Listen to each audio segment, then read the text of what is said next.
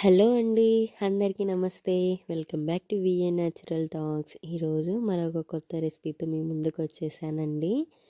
చాలా హెల్త్‌కి మంచిదైన ఒకటి రెసిపీ అనమాట. అదే అండి మునగాకు పొడి. మునగాకు గురించి చెప్పాల్సిన అవసరం లేదు. వాటి వల్ల ఎన్నో మంచి ప్రయోజనాలు ఉన్నాయి.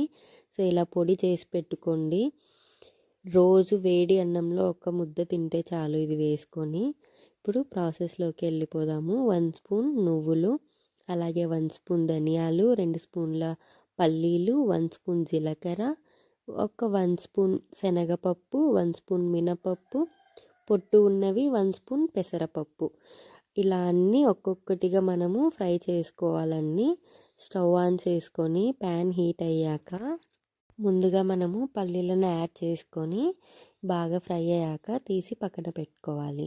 అదే ప్యాన్లో శనగపప్పు, మినపప్పు, అలాగే మనం పొట్టు ఉన్న పెసరపప్పు యాడ్ చేసుకొని ఇవి కూడా మీడియం ఫ్లేమ్ మీద మంచిగా స్మెల్ వచ్చేంత వరకు బాగా ఫ్రై చేసుకొని అవి కూడా పక్కన పెట్టుకోవాలి.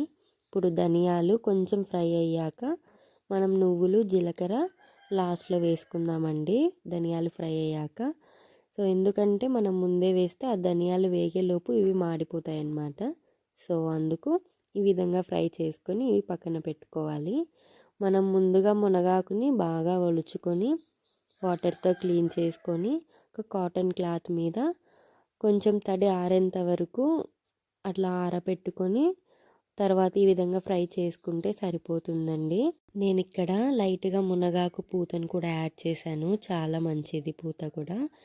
మనం ఎండలో ఏం ఆరబెట్టాల్సిన అవసరం లేదు. నీడపాటునే ఆ తడి అనేది ఆరిపోతే సరిపోతుంది. ఫ్రై కూడా ఒక 15 మినిట్స్ చాలండి, ఎక్కువ ఫ్రై చేయాల్సిన అవసరం లేదు.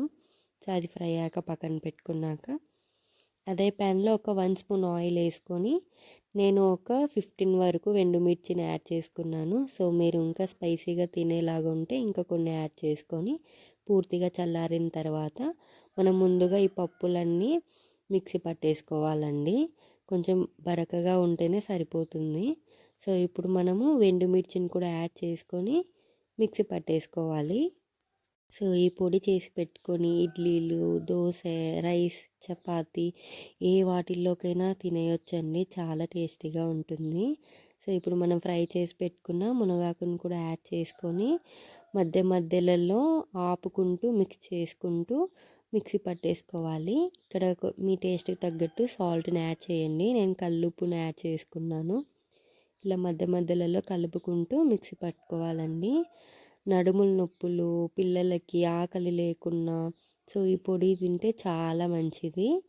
ఇక్కడ నేను ఒక 10 వరకు వెల్లుల్లి రెబ్బల్ని లాస్ట్లో, అంటే ఆకు మొత్తం మెదిగాక లాస్ట్లో ఒక 10 వెల్లుల్లి రెబ్బలు పొట్టుతోనే వేసుకొని అలా ఒక్కసారి మిక్సీ వేసేసుకుంటే సరిపోతుందండి.